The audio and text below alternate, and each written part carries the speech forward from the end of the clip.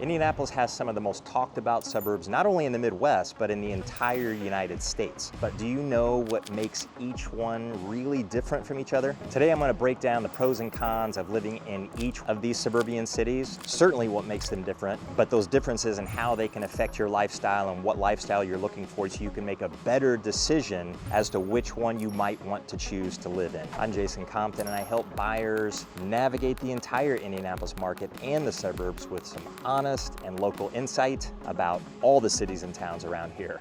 So let's get into it.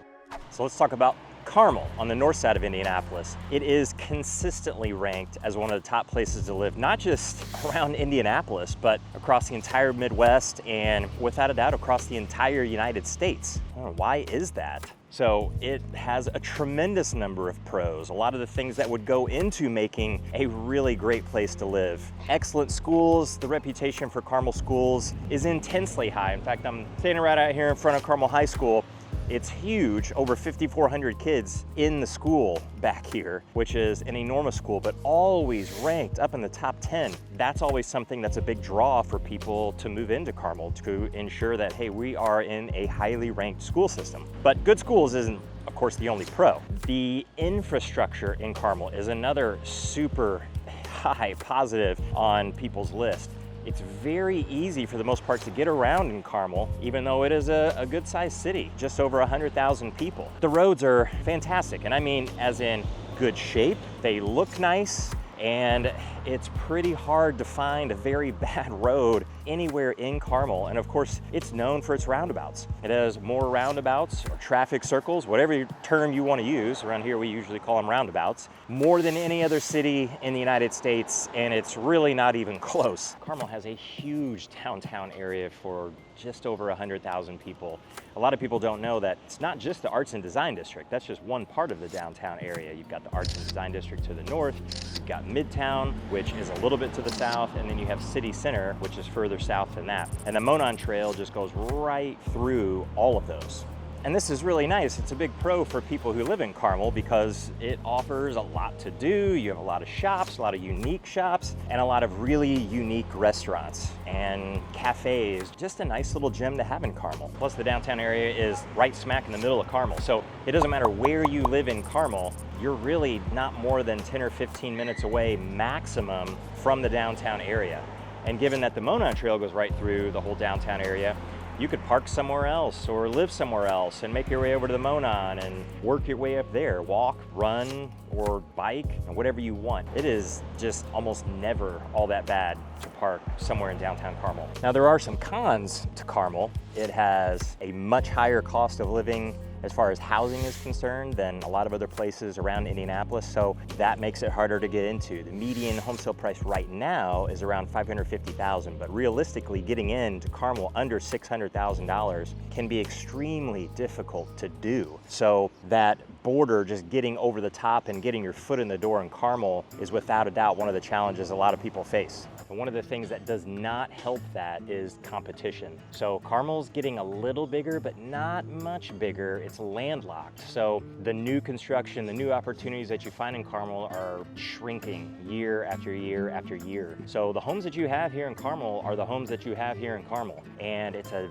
really nice place to live. So again, getting in and finding a place, finding an opportunity is really difficult. So the price is high, but also the number of listings, the number of chances that you could actually even have in your price range can be really super limited. So let's take a look at Fishers. Fishers is an extremely family-friendly type of suburb on the northeast side of Indianapolis. And it has some super strong schools, so that helps to support that family-friendly vibe. Also, Fishers is a little younger on average when you compare it to next door Carmel, and it's less expensive to get into, so that makes some sense for families. You have a lot of first-time homeowners that are in Fishers. They got in when they didn't need a whole lot of house, maybe a 3-bedroom, 2-bath house. They were married at the time, maybe single at the time, no kids yet, but when they have kids, they need that 4th bedroom or 5th bedroom. Fishers is a place that has a lot of options, and a lot of options because, for one, it has homes that are less expensive, but it's also very large, so it does give you a lot of choices. If you've got a fairly tight price range, you'll statistically likely see more choices in Fishers than you might in some of the other suburbs on the north side of Indianapolis. Fishers is now large enough to have its own economy, and it's a growing one too. So it's attracting a lot of business, it's actually attracting a lot of tech, so it's become a little bit more of a destination, not just for fun,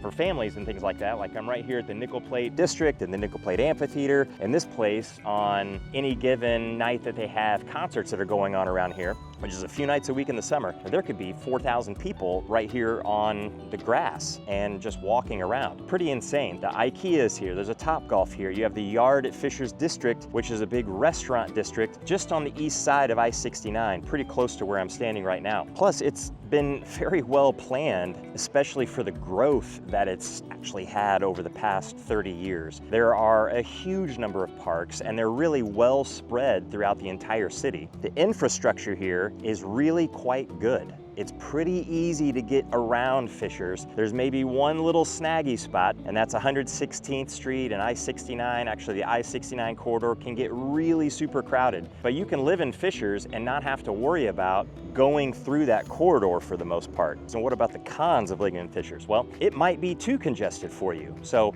that corridor that I mentioned with I-69, 116th Street, 106th Street, going down to 96th Street in Indianapolis can get crowded. So if you have to mess around with that, then in the morning, in the evening, you can expect delays. And right now, there's an enormous construction project going on the northeast side of Indianapolis, right where that interchange of 69 and 465 happens. And it's been a mess for a year and a half. And then Fishers has grown so fast. So especially when you get out towards the east, it's a different feel there, and a lot of people say, well, there's really no historic charm here. There's no character in some of these places. Now, that might be a matter of opinion for sure, but if you look back in 1990 at the population of Fishers, it was roughly 7,500 people or so. So it was very small. In the last 30 years, it has jumped to over 100,000 people.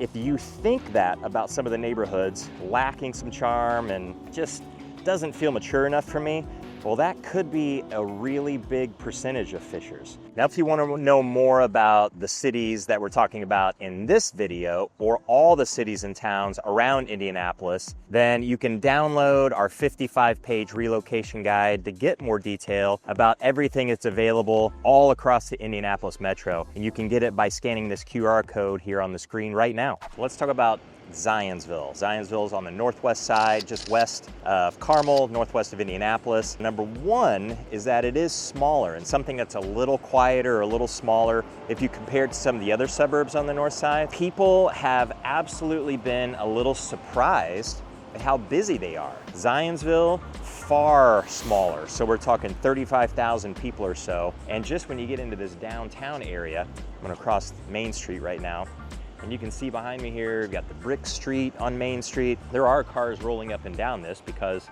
there's quite a bit happening on this street. You've got all kinds of little shops, all kinds of little boutiques and restaurants. It's a really cool spot, but it's very quaint. And that's a big pro for a lot of people, just that slightly slower pace that it feels like you get around here. This is a morning during the week, and you can see how busy it is. Not extremely. And the community here, even smaller, but very, very strong. So places like this with their farmers market, Lions Park is right next door. A lot will be happening there with kids baseball and just a community tight feel through this area. And again, it goes back to that quieter, smaller vibe, which is what a lot of people are looking for and a lot of people like. And of course, one of the other big positives and a lot of families that are moving to a place like Zionsville is that they want very high reputation schools. So most of the other suburban schools around Indianapolis, they have at least 3,000 kids. Not that that's a bad thing, but some people want a smaller experience. And Zionsville is one of the places that can do that. So it's not like it's a super small high school there. We're talking 2,500 or so kids, but the growth rate there in Zionsville, it's not as fast as some of the other cities that you see around Indianapolis. Now, one of the big cons for Zionsville is that it is the most expensive place around Indianapolis. There are very few places around the whole metro that you're gonna find a higher median price point. We're talking 600, a little over 600,000 for Zionsville. But if you're looking to get into Zionsville under 600,000, it is extremely difficult to do. For one, there just aren't that many homes under $600,000 to choose from. And the fact that it's smaller, only 35,000 people or so, it just leaves fewer choices overall. So if you want to live near something like this downtown area, and a lot of people really do, you might not be able to afford Zionsville. You may have to come and visit this. So that a lot of times is the biggest roadblock for getting in here. One of the other cons, and this could actually be viewed as a pro for some people, is that it could take a little longer to get to places outside of Zionsville from Zionsville. Now it depends on where you are. But like where I am right now, if I wanted to go to downtown Indianapolis, I need to make my way over to I-65. And it can take a few minutes to do that. Whereas if you lived in a place like Fishers or Carmel, it'll take maybe a little less time to get to a place like downtown Indy. Not everybody has to do that, but you have to make sure that if you live in a place that's a little quieter and a little further out of the way, that you have to take things like that into account. It's pretty difficult just to stumble into Zionsville. You have to make a little effort to get here. And so of course, if you want to stumble out of Zionsville, you got to make a little effort to do that too. So let's talk about Westfield. Westfield is just to the north of Carmel, so north of Indianapolis, and there are a lot of pros for Westfield.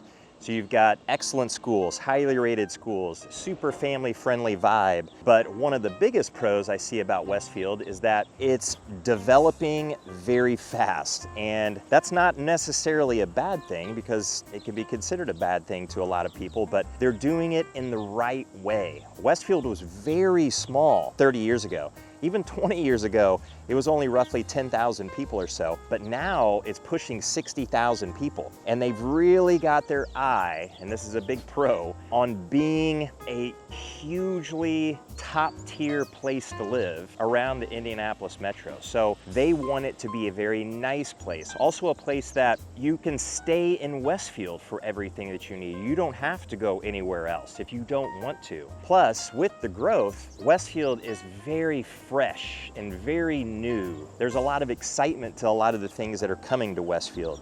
So if you're interested in new construction, then Westfield is probably going to have more options than what you're going to have in other cities around Indianapolis. So some huge pros there, just with that particular type of vibe and feel. Of course, one of the negatives or the cons of something like that would be that, hey, it's just less mature. It's going to have a lot of areas that are less mature. And then maybe you can hear this behind me, but got all these trucks. There's a new building right over here being put up. I'm in Grand Junction Plaza right now, which is just the coolest park in the newer part of the downtown of Westfield. The old downtown was very small, and honestly, there's really not much of it left. And this has taken over, super walkable and busy. It's not right now, but you can see the amphitheater here behind me. So it gets very busy, and just that less established feel, that busyness of, hey, everything feels like it's being changed, everything's under construction. State Road 32 is just to the north of where I'm standing right now. That's going through a big change, huge construction project. In fact, going to the east, it's closed, which is pretty inconvenient, honestly, but that's not going to last forever. And Westfield probably will be as big as Carmel and Fishers at some point. So it's going to be, and it's on its way to 100,000 people. So you have to live at least a little bit with the changes that come with that, with the construction, with the constant noise in some places, like right here at Grand Junction Plaza. One place I'm really excited about, actually, there's a Sun King brewery being put in right over here, and there's a digger right in front of it. That should be a little bit later this year. So lots of cool places around, but sometimes you see that coming, you have to wait for it, and it's a little painful getting there. But if you can live through that particular kind of change, that freshness, that newness of everything, it's really a nice feeling. Plus, I'd say one of the other cons to Westfield, right now, it's still relatively affordable. So it's probably closer to Fishers as far as affordability goes when you're looking at a median home sale price in the mid 400s or so. But that is going to change. As I said, Westfield has its eyes on being a top tier, a premier place to live. And so that price of the homes, that median price is going to continue to go up. So the ground floor getting in Westfield was a long time ago. That was 20, 30 years ago. But 20 years from now, people would look back at today and this year and next year as, wow, it was a whole lot less expensive than it is now. Moving to or anywhere around Indianapolis can feel overwhelming because there are more suburbs, there are more cities, more towns, more neighborhoods, more price points than what most people realize. It's super hard to know what's actually going to feel like home, what's going to fit you the best, and nobody wants to make a super expensive mistake moving to the wrong place. So that's what I help my clients with every single week. If you want honest, personalized guidance and feedback on what's probably your best option or set of options, then reach out. You'll be talking directly with me and we can get into those details. And if you want to know more about Indianapolis or any of the cities that I went through today, then just click on this next video and we'll catch you in the next one.